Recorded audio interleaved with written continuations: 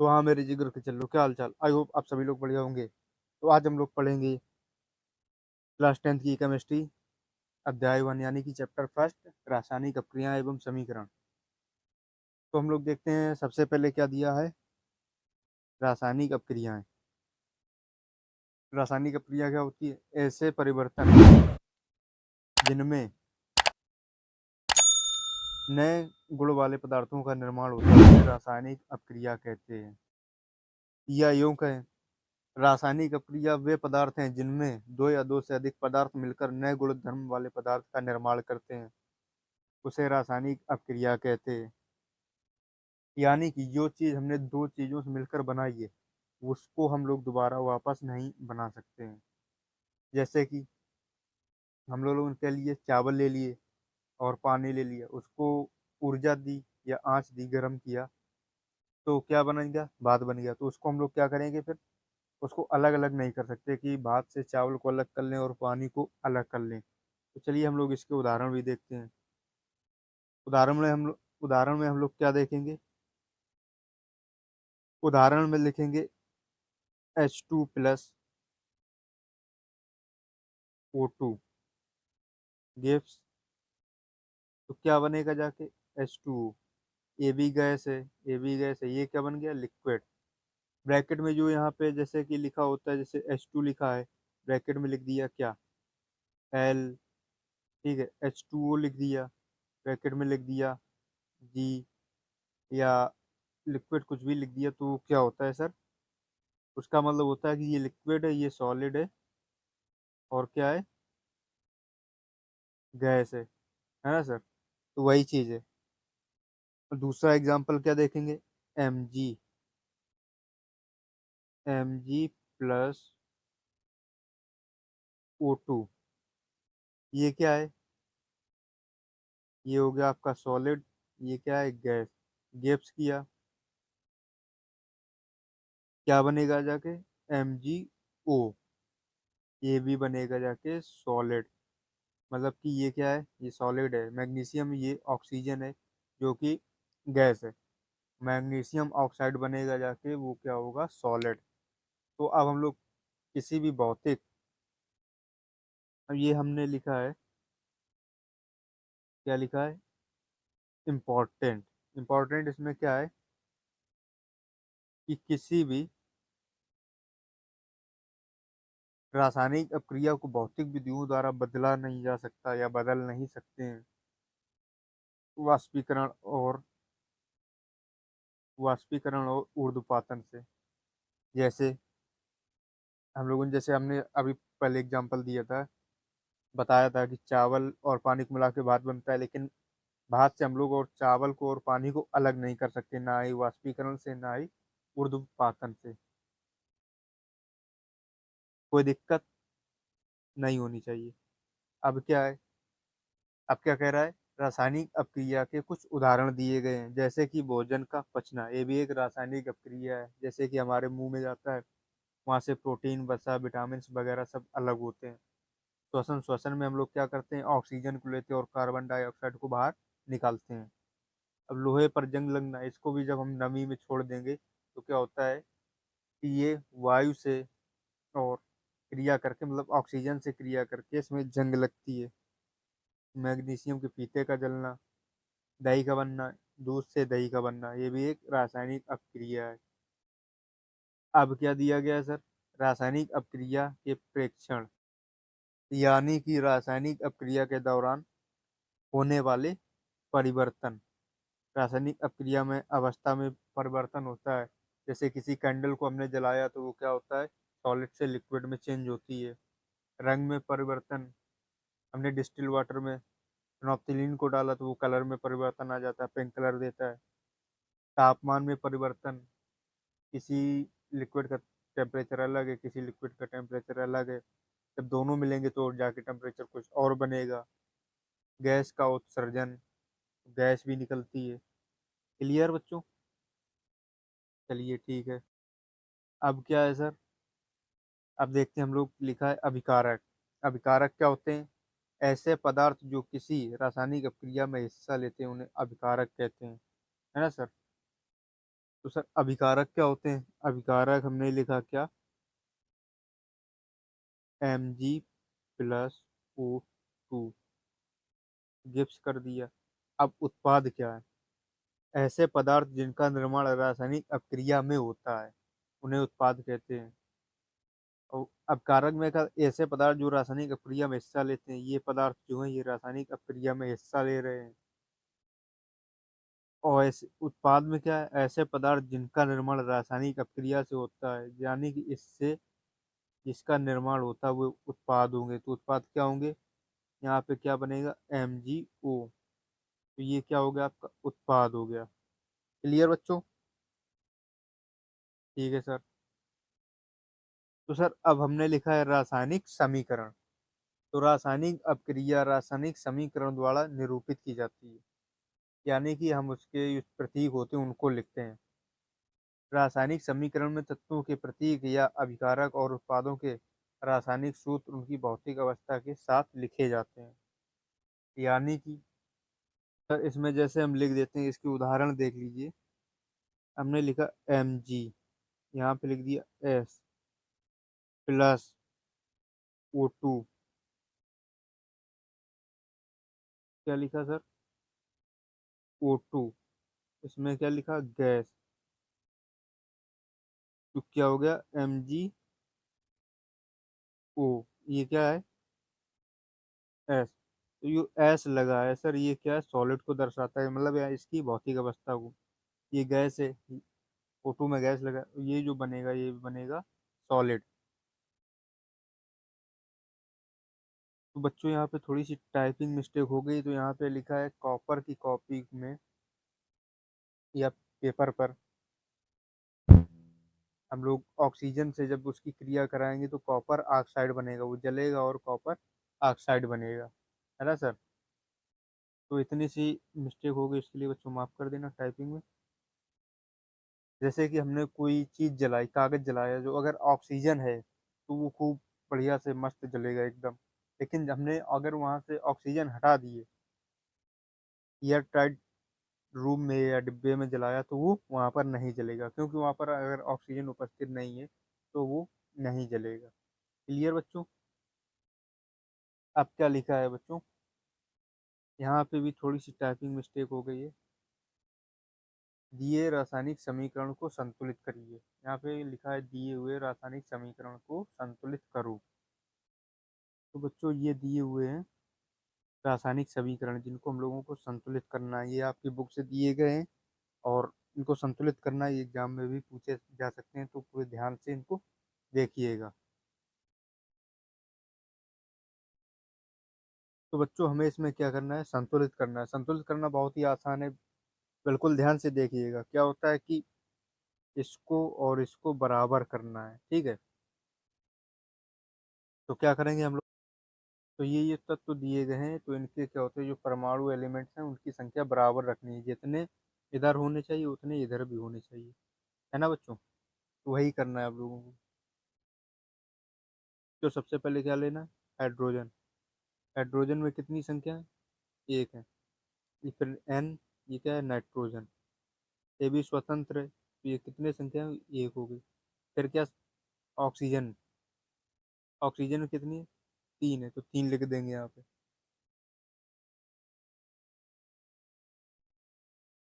ये एक ग्रुप का है तो उसको एक ग्रुप में हम बना लेंगे। अब क्या है, दूसरा ग्रुप। दूसरा ग्रुप क्या है, सी। सी है, क्या है, कैल्शियम। कैल्शियम एक है। फिर क्या है सर, ऑक्सीजन। ऑक्सीजन क्या है, वो एच है ना, तो ऑक्सीजन अलग होगा और एच यानी कि हाइड्रोजन अलग होगा, तो ये दो का गुणा है तो ये दो हो जाएंगे हाइड्रोजन। उसी प्रकार से हाइड्रोजन भी कितने हो जाएंगे, दो। ये भी एक ग्रुप बन गया, ठीक है। अब इसको देखते हैं, इसमें क्या है, कैल्शियम कितना है सर, एक है। ये एक हो गया। फिर क्या है, नाइट्रोजन। नाइट्रोजन बच्चों क्या हुआ, कितने होंगे आप बताइए? ये तीन है, तीन और गुणा दो, तो कितना हो जाएगा, छः। नाइट्रोजन कितने हो जाएंगे, ये एक है और ये दो, गुणा हो जाएगा तो एक दूनी दो हो जाएगा। ऑक्सीजन, अब ऑक्सीजन देखते हैं, ऑक्सीजन में कितने हैं, तीन तो ये है, तीन तो ये है और दो ये है, तो कितने हो जाएंगे? तीन दूनी छह। अब ये ग्रुप लिख लेंगे, है ना बबुआ? इसको लिखेंगे। तो हाइड्रोजन कितने हैं? दो है, तो यहाँ दो लिख देंगे। ऑक्सीजन कितने हैं? एक है, एक लिख देंगे। अब क्या करना है बबुआ? इनको बराबर करना है। कैसे करेंगे? तो प्यारे बच्चों, सबसे पहले हम लोग हाइड्रोजन को देखेंगे। हाइड्रोजन यहाँ पे कितने? यहाँ पे दो है, यहाँ पे एक है, तो यहाँ करेंगे दो से कर देंगे हम लोग गुणा। तो हाइड्रोजन तो यहाँ दो हो गए। अब क्या बचा? तो बच्चों जब यहाँ पे हम लोगों ने गुणा कराया तो यहाँ भी बदल जाएंगे, तो यहाँ पे क्या हो जाएगा बच्चों? इनको हटा देंगे और क्या लिखेंगे? यहाँ पे हो जाएंगे हाइड्रोजन दो, यहाँ पे नाइट्रोजन कितनी थी वो भी हो जाएगी दो। ठीक है बच्चों, यहाँ पे तीन थी, ये तीन है ना, तो तीन दूनी कितने हो जाएंगे? छह ऑक्सीजन। तो बच्चों क्या होगा? यहाँ पे कितने हो गए ऑक्सीजन? छह हो गए।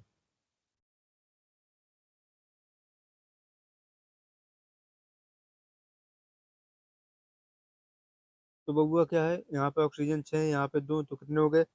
आठ हो गए यहाँ हाइड्रोजन। और ये दो हाइड्रोजन, ये कितने? चार। तो क्या करना पड़ेगा यहाँ पे हम लोगों को? इसमें दो का गुणा दो कर दिया, तो यहाँ पे कितने हो जाएंगे हाइड्रोजन? यहाँ तो प्यारे बच्चों यहाँ पे हाइड्रोजन हो जाएंगे चार, और ऑक्सीजन कितनी हो जाएगी?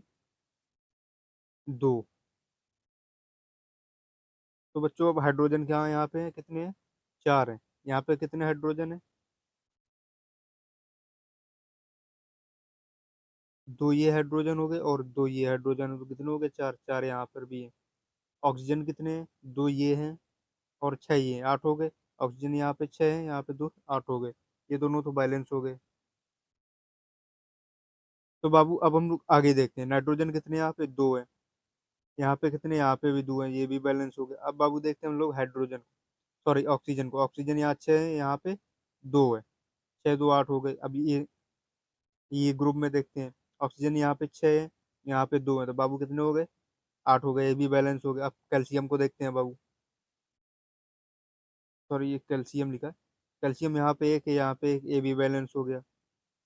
अब हाइड्रोजन और ऑक्सीजन तो पहले बैलेंस हो गए, तो हम लोगों को क्या करना है यहाँ पे बाबू? जो लिखी थी वही लिख देंगे। क्या लिखेंगे? CaN, सॉरी एच लिख दिया, NO3 का होल ट्वाइस प्लस H2O। तो यहाँ पे क्या किया हम लोगों ने? हाइड्रोजन में गुणा किया है। तो यहाँ क्या करेंगे? सिंपल से यहाँ पे दो का गुणा कर देंगे और यहाँ पे दो का गुणा कर देंगे। अब बैलेंस हो गई। ये दो का गुणा यहाँ किया था, यहाँ किया था, वही हम लोगों को यहाँ पे भी करना है। तो समझ में आया? तो थोड़ी सी बच्चों जगह कम है, इसलिए थोड़ा सा पास पास में हो रहा है, क्या कहते हैं उसको, गुचो कुचो। तो थोड़ा सा एडजस्ट कर लीजिएगा, क्योंकि फ़ोन ही है, फ़ोन से ही मैं बना रहा हूँ वीडियो। अब अगली रिएक्शन देखते हैं। तो बच्चों अब हम लोग इसको संतुलित करेंगे। तो क्या करेंगे? पहले इस ग्रुप को लिखेंगे उसी प्रकार से जैसे पहले रिएक्शन में लिखा था। तो यहाँ पे एन कितना है? एन है बबुआ, एन है यानी कि सोडियम। यहाँ पे कितना है? एक है, एक यहाँ लिख लेंगे। इसके बाद ओ कितना है बबुआ? ओ है एक, उसको भी एक लिख लेंगे। इसके बाद एच यानी कि हाइड्रोजन, हाइड्रोजन भी एक है, उसको भी लिख लेंगे। अब इसको एक ग्रुप बना दिया। अब बबुआ इसको लिखते हैं, क्या लिखेंगे? H2 कितने हैं? दो है। एच कितना है बबुआ? एक है। और ऑक्सीजन जो है वो कितनी है? चार है। ठीक है बबुआ, इसको भी हम लोगों ने एक ग्रुप बना दिया। अब इस ग्रुप को लेते हैं। इसमें कितने हैं? सोडियम Na दो है। एच कितना है बबुआ? सल्फर एक है, तो इसको यहाँ एक लिख देंगे। ओ कितने हैं? चार, यानी कि ऑक्सीजन को चार लिख देंगे। अब ये ग्रुप की बारी आई। इसको क्या करेंगे, इसको भी लिख देंगे। हाइड्रोजन कितने हैं बबुआ, दो है। ऑक्सीजन बबुआ कितना है, एक है। ये लिख दिया। अब इसमें हम लोगों को क्या करना है, बैलेंस कराना, यानी कि इधर का और इधर के जो परमाणु हैं वो बराबर होने चाहिए। तो बाबू सबसे पहले क्या करते हैं हम लोग, सबसे पहले पहली संख्या को देखते हैं, यानी कि पहले रासायनिक सूत्र को देखते हैं। तो एन यहाँ पे कितना, एक है, यहाँ पे कितना, दो, तो यहाँ करेंगे दो से कर देंगे गुणा। तो कितना हो जाएगा, यहाँ पे ये हो जाएंगे दो, ऑक्सीजन भी दो हो जाएगी और हाइड्रोजन भी दो हो जाएंगे। ठीक है बबुआ। तो बाबू अब क्या करना है हम लोगों को, ऑक्सीजन बराबर करना है। ऑक्सीजन यहाँ पे कितने हैं, दो यहाँ हो गए, चार यहाँ, दो छः हो गए, यहाँ एक चार एक पाँच, पाँच ही ऑक्सीजन। तो क्या करेंगे, इसमें हम लोग दो का करा देंगे गुणा। तो कितने हो जाएंगे ऑक्सीजन यहाँ पे, दो यहाँ हो जाएंगे, हाइड्रोजन कितने हो जाएंगे, चार हो जाएंगे। तो ऑक्सीजन कितने हो गए, दो ये हो गए, चार ये हो गए, छः हो गए। चार ये है और दो ये, छः हो गए। ठीक है। अब क्या है, अब बाबू हम लोग एस को देखते हैं, क्योंकि ऑक्सीजन हाइड्रोजन और सोडियम तो बैलेंस हो गया। अब सल्फर को देखते हैं, तो सल्फर बबू यहाँ पे कितना, एक है, यहाँ भी एक है। ठीक है, बराबर हो गया। इसके बाद ऑक्सीजन। तो बच्चों जिसमें जिस ग्रुप में आपने जितने से मल्टीप्लाई किया है, यानी कि गुणा किया है, उसको उतने में ही उसी में लिख देंगे जितने से किया है। तो हम लोगों ने पहले ग्रुप में किया, यानी कि इसमें किया है कितना है, दो, दो का गुणा, तो यहाँ पे लिख देंगे दो, दो का गुणा करवा देंगे।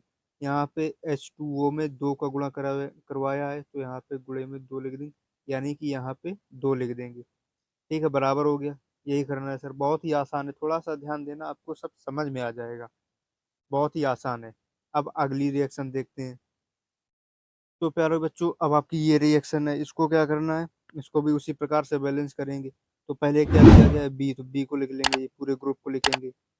बी, बी कितने है, एक है। B A, B sorry, my mistake, B नहीं है बच्चों, क्या है, बी ए है, मतलब कि बैरियम। कितना है बच्चों, एक है। इसके बाद Cl2 यानी कि क्लोरीन, क्लोरीन कितना है बच्चों, दो है। ये एक ग्रुप हो गया। अब क्या लिखते हैं, अगला ग्रुप लिखेंगे। हाइड्रोजन कितना है, एक है। एच कितना है बच्चों, वो भी, हाइड्रोजन यहाँ पे दो है। एच कितना है, एक है सल्फर। और ऑक्सीजन कितना है बच्चों, चार है। अब अगला ग्रुप ये लिखेंगे, तो क्या है, बैरियम कितना है, बी ए, एक है। एच कितना है बाबू, एच भी एक है। ऑक्सीजन कितना है बाबू, चार है। अब इस ग्रुप को लिखेंगे, कैसे लेंगे, हाइड्रोजन कितना है, एक है। क्लोरीन कितना है, वो भी एक है बाबू। तो इसमें कुछ है ही नहीं, बस ये है। तो पहले हम लोग को क्या करना है, बी ए, बैरियम को बराबर करना है। तो यहाँ पे कितना, एक यहाँ है बैरियम, और इधर भी एक है, ये भी बराबर हो गया। सीएल यहाँ पे कितने, दो है, यहाँ पे सीएल कितना है, एक है। तो क्या करेंगे हम लोग, इसमें दो का गुणा करा देंगे। तो यहाँ पे सीएल कितना हो जाएगा, क्लोरीन दो हो जाएगा। हाइड्रोजन भी कितने हो जाएंगे बाबू, दो हो जाएंगे। इसके बाद ये ग्रुप को देखते हैं। इसमें क्या, हाइड्रोजन बाबू दो है, और इसमें भी हाइड्रोजन कितने हैं, दो है। सल्फर एक है, सल्फर यहाँ भी एक है। ऑक्सीजन चार है, ऑक्सीजन चार है। तो बाबू मेरे ख्याल से ये हो गया है बैलेंस। तो बच्चों यहाँ पे क्या किया हम लोगों ने, HCl में जो है दो का गुणा कराया है। तो यहाँ पे हम लोग दो का क्या करा देंगे, गुणा। दो का गुणा कर दिया। तो बच्चों समझ में आया तो अपने दोस्त को शेयर करो, दबा के करो, और लाइक और कमेंट जरूर करना, कि तो हमें पता चलेगा कितने लोगों को समझ में आया है, कितने लोगों को समझ में नहीं आया है। ठीक है प्यारे बच्चों, अब देखते हैं हम लोग अगला सवाल। रासायनिक अपक्रिया के प्रकार, रासायनिक अपक्रिया के प्रकार, ये क्या है प्यारे बच्चों, कितने प्रकार की होती है। नंबर एक, संयोजन अपक्रिया, वियोजन अपक्रिया, विस्थापन अपक्रिया होती है, द्विविस्थापन अपक्रिया होती है, अपचयन अपक्रिया और उपचयन अपक्रिया। यहाँ पे अपचायन नहीं है बच्चों, अपचयन है। ठीक है। तो ये पांच प्रकार की होती हैं, तो इनको हम वन बाय वन देखेंगे और उनको सॉल्व करेंगे और सीखेंगे। ठीक है प्यारे बच्चों। तो प्यारे बच्चों, रासायनिक अपक्रिया के प्रकार में हम लोग पहले देखते हैं संयोजन अपक्रिया। प्यारे बच्चों, संयोजन अपक्रिया क्या है? इस अपक्रिया में दो या दो से अधिक अभिकारक मिलकर एकल उत्पाद बनाते हैं। यानी कि कोई दो चीज ली हमने, उनको जब मिलाया तो एक कोई उत्पाद बना। वही हमने जो पहले एग्जाम्पल दिया था, चावल और पानी का। जब दो चीजें हैं, चावल अलग है पानी अलग है, उसको जब मिलाएंगे, अपक्रिया करेंगे, वो तो एक क्या बनता है? भात बनता है। तो एकल उत्पाद का निर्माण होता है। ठीक है प्यारे बच्चों, ये होती है संयोजन अपक्रिया, यानी कि मिलाना। उदाहरण, कोयले का दहन, कार्बन को ले लिया और ऑक्सीजन में जलाया तो क्या बनेगा? CO2। तो प्यारे बच्चों, क्या कार्बन डाइऑक्साइड जो है गैस निकलेगी। ये सॉलिड है कोयला, और ऑक्सीजन गैस है, जब ये जलेगी तो क्या प्यारे बच्चों होगा? कार्बन डाइऑक्साइड निकलेगी या मुक्त होगी। इसके बाद जल का निर्माण। तो हाइड्रोजन और ऑक्सीजन की जब हम लोग क्रिया कराएंगे प्यारे बच्चों, जब इनको मिलाएंगे तो क्या बनेगा बच्चों? प्यारे बच्चों, जल बनेगा। H2O, ये भी दो चीजें मिलकर एक चीज का उत्पाद कर रही हैं। ऐसे ही बिना बुझा चूना है, CaO+H2O। ये बिना बुझा चूना है, तो दोनों चीजें हैं वो मिलाकर क्या बना रही हैं? एक बुझा हुआ चूना, CaOH का होल ट्वाइस। ठीक है बच्चों, ये बन रहा है। इसके बाद हम लोग मेरे बच्चों क्या देखते हैं? वियोजन अपक्रिया। वियोजन अपक्रिया क्या कहती है? इस अपक्रिया में एकल अपकारक टूटकर दो या दो से या उससे अधिक उत्पाद बनते हैं। यानी कि संयोजन अपक्रिया की बिल्कुल उल्टी है, विपरीत है, अपोजिट है। उसमें दो चीजें मिलकर एक बन रही थी, यहाँ से अपक्रिया का एक चीजें टूट करके दो बन रही हैं। तो वियोजन अपक्रिया के हम लोग क्या देखते हैं प्यारे बच्चों? उदाहरण देखेंगे।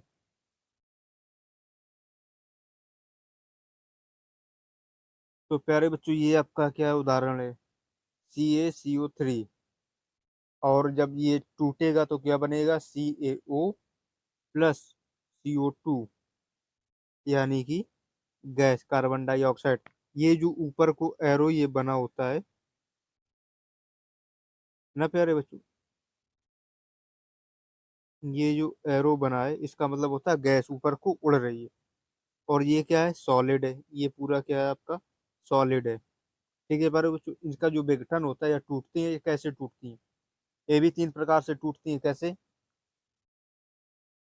ऊष्मीय वियोजन से, विद्युत वियोजन से, और प्रकाशीय वियोजन से। ऊष्मीय वियोजन मतलब कि ऊर्जा देते हैं, विद्युत वियोजन यानी कि इलेक्ट्रिसिटी द्वारा। और प्रकाशीय वियोजन क्या होता है? जो सूर्य के प्रकाश में क्रिया होती है उसको कहते हैं हम लोग प्रकाशीय वियोजन। अब देखते हैं ऊष्मीय वियोजन या ऊष्मीय अपक्रिया वियोजन। ऊष्मीय वियोजन अपक्रिया, तो ये क्या है प्यारे बच्चों?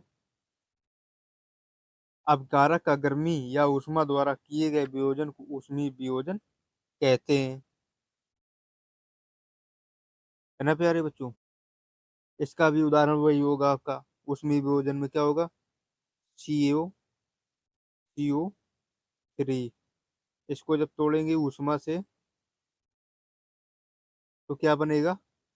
CaO+CO2।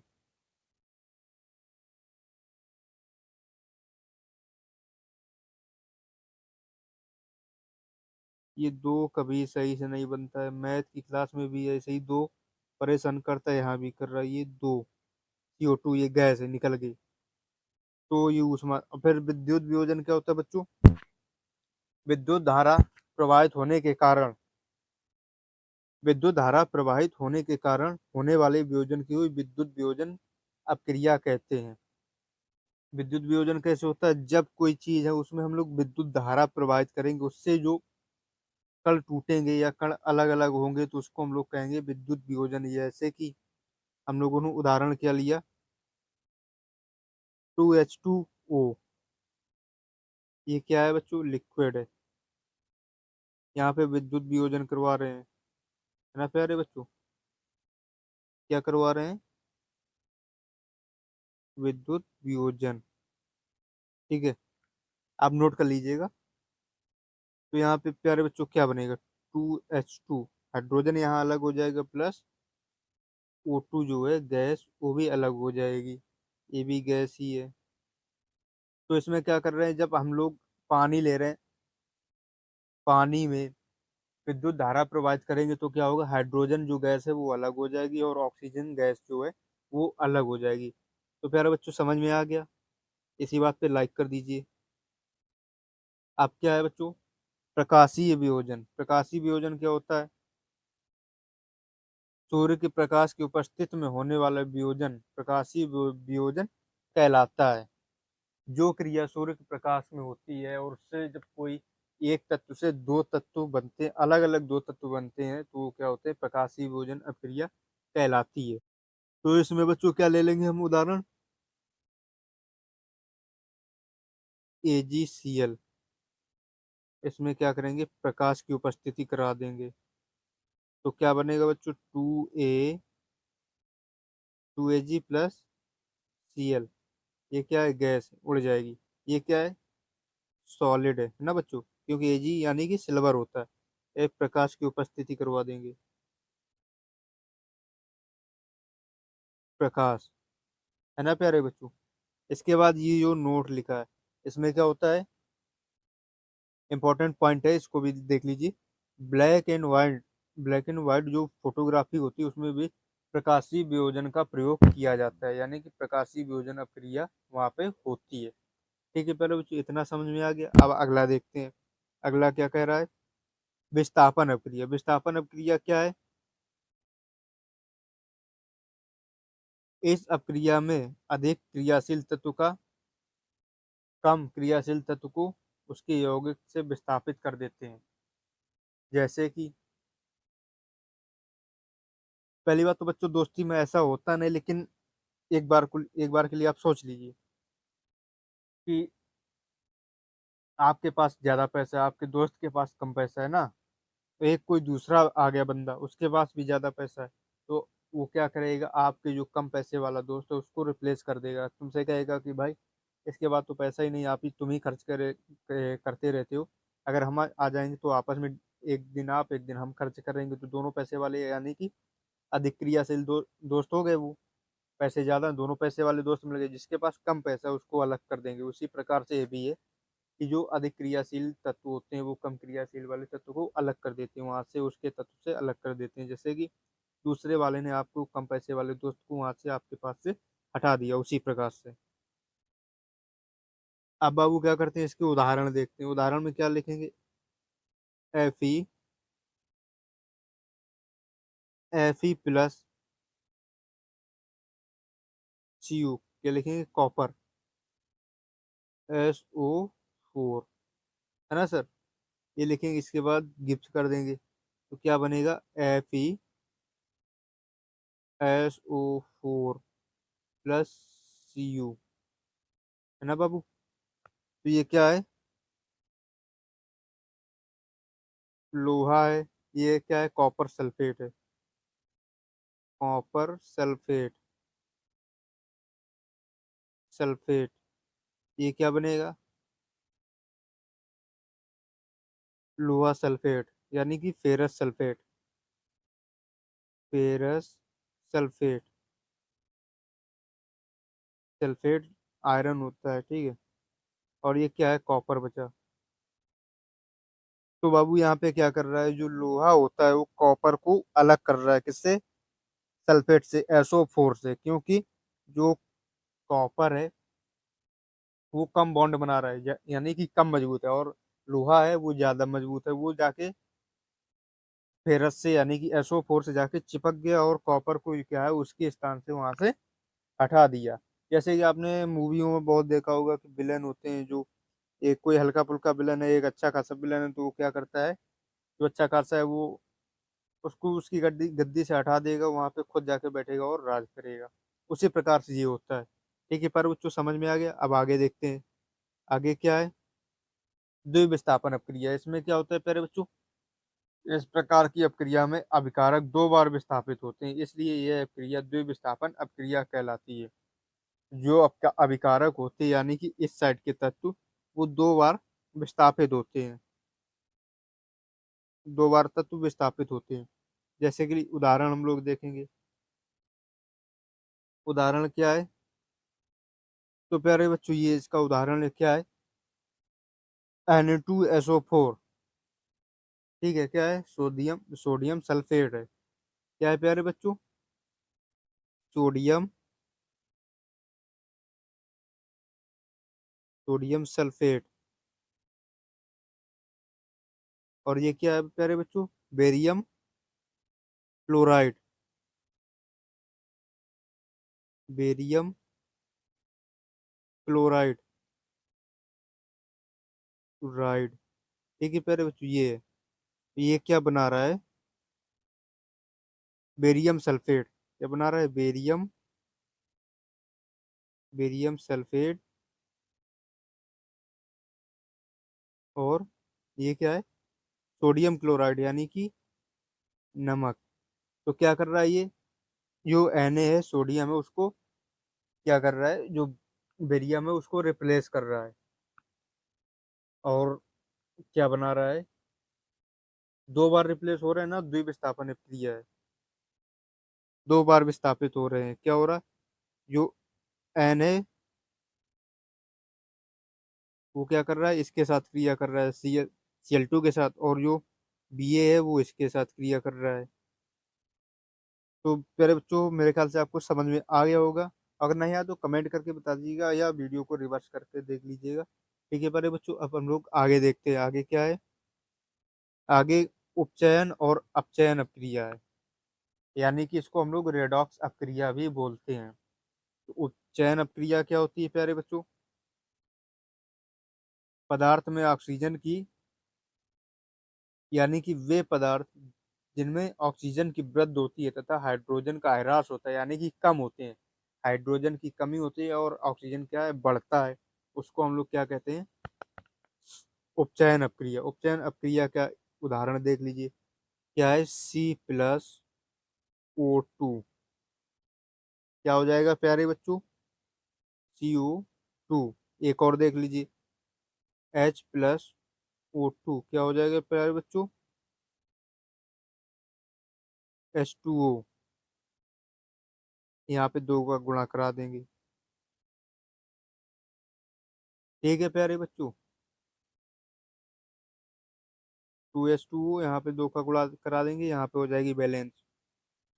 कितने हो गए? चार हाइड्रोजन यहाँ, चार यहाँ, ऑक्सीजन दो, ऑक्सीजन भी दो यहाँ पे। ठीक है प्यारे बच्चों, तो ये क्या है? ऑक्सीजन की वृद्धि हो रही है। यहाँ पे ऑक्सीजन ऐसा पदार्थ है जिसमें ऑक्सीजन की वृद्धि हो रही है। और क्या हो रहा है? हाइड्रोजन का ह्रास होता है, यानी कि कम होना। ठीक है प्यारे बच्चों, समझ में आ गया। अब देखते हैं हम लोग क्या? अपचयन अपक्रिया। अपचयन अपक्रिया क्या कह रही है? ऐसे पदार्थ जिनमें हाइड्रोजन की वृद्धि होती है तथा ऑक्सीजन का ह्रास होता है, तो उसका उदाहरण हम लोग देख देख लेते हैं। एग्जाम्पल क्या है? CuO+, copper oxide plus H2। ये क्या है? हाइड्रोजन है, तो क्या बनेगा? कॉपर प्लस H2O, यानी कि जल। तो प्यारे बच्चों, क्या है यहाँ पे हो रहा है? हाइड्रोजन का यहाँ से ह्रास हो रहा है। और क्या? सॉरी बच्चों, हाइड्रोजन की वृद्धि हो रही है यहाँ पे और ऑक्सीजन का ह्रास हो रहा है। अब बच्चों क्या हो रहा है कि ऑक्सीजन की जो है वृद्धि कैसे हो रही है?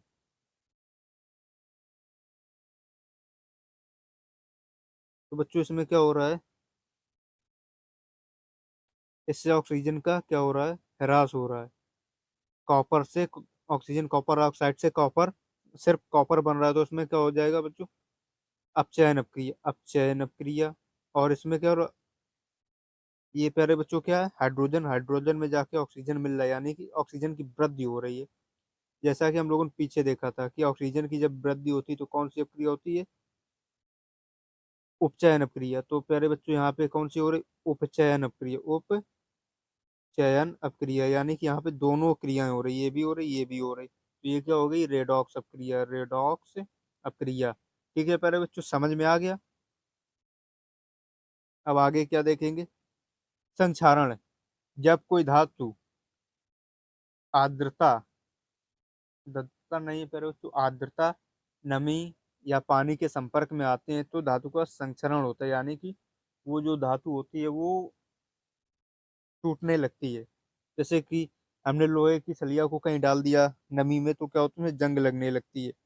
तो संक्षरण करने के लिए हमें क्या करना होता है, उस पे कोई पेंट वगैरह करना करना होता है। चांदी पर परत, तांबे पर क्या होता है, हरी परत चढ़ जाती है। तो बच्चों, ऊष्माक्षेपी अपक्रिया क्या होती है?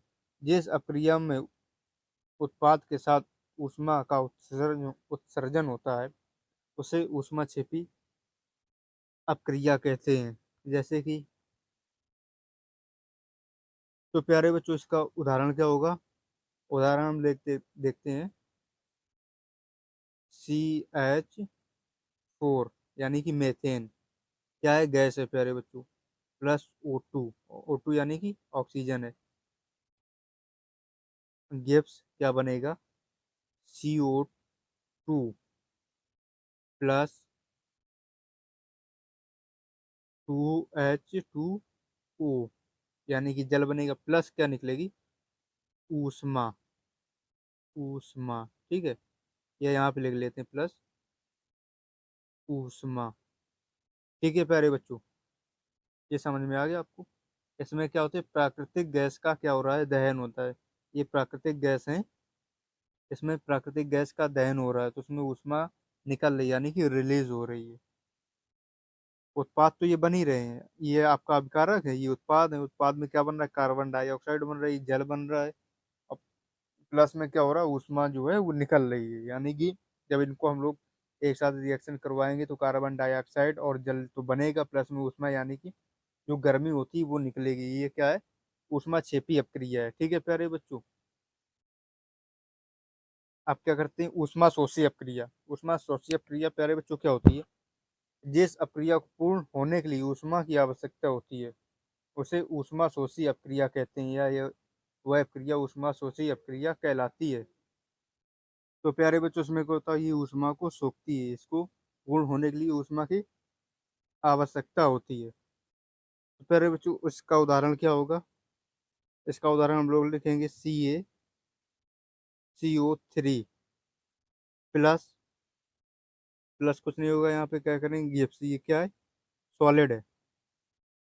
तो इसमें क्या हो रहा है, ऊष्मा की जरूरत पड़ रही है। क्या है? ऊष्मा की जरूरत पड़ रही है। तो ये जब ऊष्मा इसको देंगे तो क्या बनेगा? हम CaO यानी कि कैल्शियम ऑक्साइड प्लस CO2। ये क्या है? कैल्शियम ऑक्साइड है। और ये क्या है? कार्बन डाइऑक्साइड है। तो ये क्या है? एक, ये सॉलिड है, और ये क्या है? गैस है। तो इसमें ऊष्मा की आवश्यकता पड़ रही है। तो प्यारे बच्चों, ये टूट कर दो चीजें मर रही है, तो इसमें क्या है? ऊष्मा की आवश्यकता पड़ रही है, यानी कि जब इसको हीट करेंगे तब बनेगा। ठीक है।